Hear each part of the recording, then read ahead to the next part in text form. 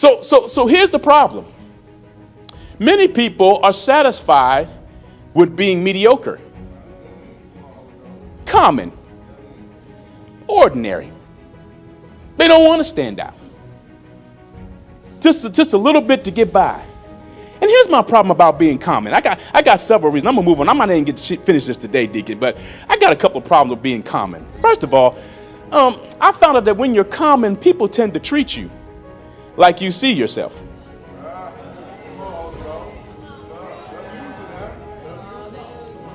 That when you see yourself as common and ordinary and not special, that people tend to treat you like you treat yourself. You can expect people to treat you better than you treat yourself. It's a common fact that if you roll up in a parking lot, say at a department store, and you see a car that's all banged up, dented up, and dirty and crusty, that people who park next to it tend to don't care if they bang your door. They just bang it. Because the psychology is, if you don't care about it, why should I? Versus when you pull up next to a car that has shining wheels and that's just been detailed, you tend to be a little more careful when you get out of your car. You don't just slam it. You can be a little more careful because the psychology is, if they care about it, I should care about it.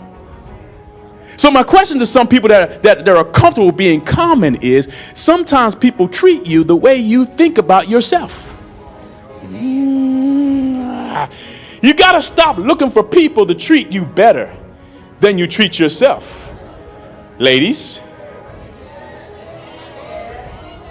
you want him to take you to an expensive dinner and on an expensive trip, and you say, I'm going to wait until my Boaz comes before I begin to treat myself to a dinner. The devil is a lie. You keep wanting somebody to treat you better than you treat yourself. If they look at you and you don't take care of yourself and your body and you don't take care of your money, you expect them to treat you better than you treat yourself? That's one problem. Yep. The other problem I got is that people who are common, when you get used to being treated common, then you start acting common. It's a self-fulfilling prophecy. And when you don't demand that people treat you with respect, you say, okay, if that's what you think I am, that's what I'm going to be. Because you have low expectations of me, that's what I'll give you. If you're in leadership, if you're a parent, if you're a teacher, if you're anybody that's in authority, you should set high standards. You can't lower your standards because people will come up to the expectation that you set. If you lower the standards with our kids, you have to keep challenging them to be higher, challenging them to be better, challenging your family to reach higher, because people will come up. You're not doing people a favor when you lower your standards. You're just setting them up to be common and to be ordinary. You're just setting them up to be mediocre at best. You got to set the bar high. Even if they don't reach it, you set it high and say, leap for it. Every Sunday morning, I'm upstairs in the production room, and we sit around the table, and the one thing we ask ourselves is, how can we do it better? We're never satisfied with the last thing we did. We're never satisfied with the last thing we accomplished. We did that last week, praise God, but how can we do it better? Excellence has become such a cliche word that it is almost dried out and void of any real significance. Because what we call excellence sometimes is mediocre put on display. Every time somebody says, I want excellence, I say, excellence compared to what? Excellence compared to who? Excellence is relative. That says something in you that says, I'm not satisfied with being mediocre. Look at somebody and say, I'm not common. Last thing I want to say to you is this. This is the problem. I'm just meandering, following here. Just walk with me. The last thing I have a problem with being ordinary or common is people don't come to see ordinary.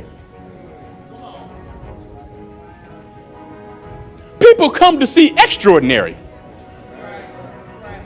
Don't nobody come to see nothing ordinary.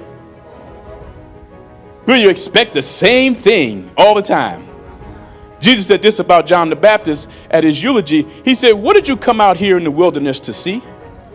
Did you come to see a reed blown by the wind? grass being moved by the wind. No, you came out to see a prophet. In other words, he was saying you didn't come to see ordinary. You came out of your city into the wilderness to see somebody who was excellent. He said, no, John wasn't just a prophet. He was more than a prophet.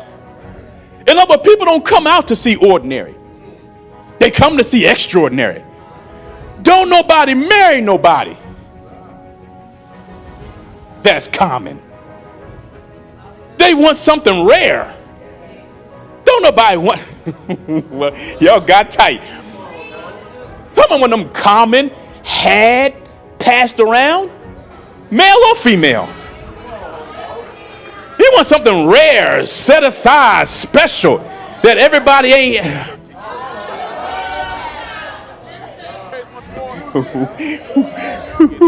People don't pay top dollar for ordinary. They pay top dollar for something that's special. I was in a store. I didn't go in the store. I ain't lying. I went past the store in LA, where whatever items they had in there was so rare and so expensive and so special, you had to make an appointment to get in there. And they had armed guards at the door with machine guns that let you know this is not Walmart. Whatever's behind these doors, you're not going to just walk up in there and handle it and fondle it like you're in Walmart. This is not that. Some of you that are used to being treated common, you ought to put a demand on people to treat you special. Come on. Who can find a virtuous woman or a virtuous man? Her price is far above rubies. You ain't going to find this at Walmart. You get this, you got to come correct. You got to know when you come to the table, I bring something to the table.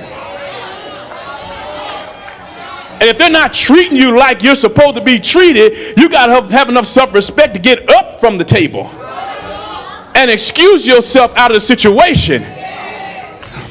Okay, all right, I'm going on. Look at somebody, I refuse to be common. You're not going to treat me common. When you get me, you get something. See, some of you can't say that. When you get me, you get something. Is there anybody here that knows when you get you get something? Yeah, I may not be the best in the box, but I'm going to tell you something. You get something when you get me. You get something. When you call my name, when you ring this number, when you step to me, please don't believe that you're going to find what you get in me anywhere. Well, I can get a woman anywhere. I bet you can't. I bet you won't get a woman like me. I bet you won't get a man. Oh, y'all ain't gonna talk to me. Look at somebody and say, I ain't coming. I ain't coming. I ain't coming. I'm so special that Jesus laid down his life for me.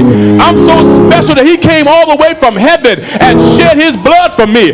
I'm so special that he laid aside his glory and came all the way down here and allowed himself to be beaten like a dog because he saw I was special. And when they asked him how much does it cost, he said everything. Look at somebody and say, God paid everything for me. How dare you treat me like I'm cheap when Jesus gave his life for me? How dare you treat me like I'm common when Jesus gave up everything he had for me? How dare you dog me out like I'm a nobody when Jesus thought I was a somebody and left heaven? Look at somebody and say, you better come off of that now.